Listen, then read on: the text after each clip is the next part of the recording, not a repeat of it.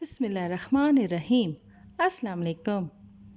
حضرت ادریس علیہ السلام مصر کے شہر میں پیدا ہوئے۔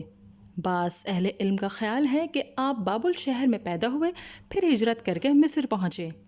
حضرت آدم اور حضرت شیس علیہ السلام کے بعد سب سے پہلے انہیں نبوت کا شرف حاصل ہوا۔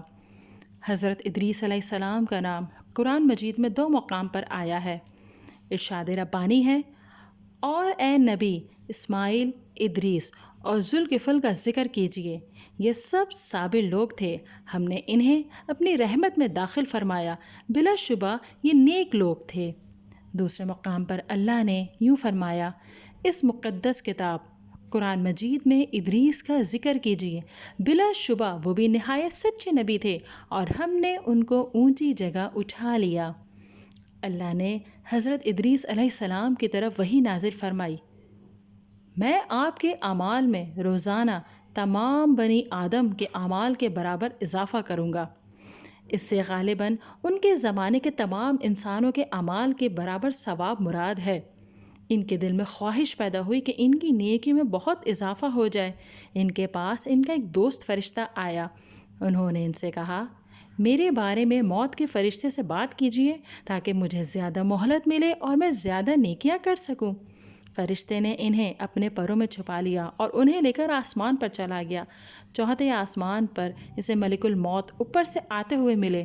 اس نے ملک الموت سے اس معاملے میں بات کی جو حضرت ادریس علیہ السلام نے کہی تھی۔ ملک الموت نے فرمایا، ادریس علیہ السلام ہیں کہاں؟ اس نے کہا، وہ میری پیٹھ پر ہے۔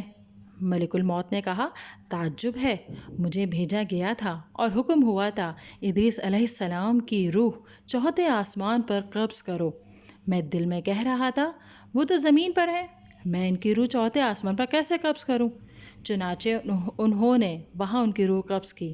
اللہ کے اس ارشاد میں اسی طرف اشارہ ہے، ہم نے اسے ایک بلند مقام پر اٹھایا۔ امام ابن اسحاق رحمۃ اللہ علیہ نے ذکر کیا ہے کہ حضرت ادریس علیہ السلام ہی نے سب سے پہلے قلم سے لکھا۔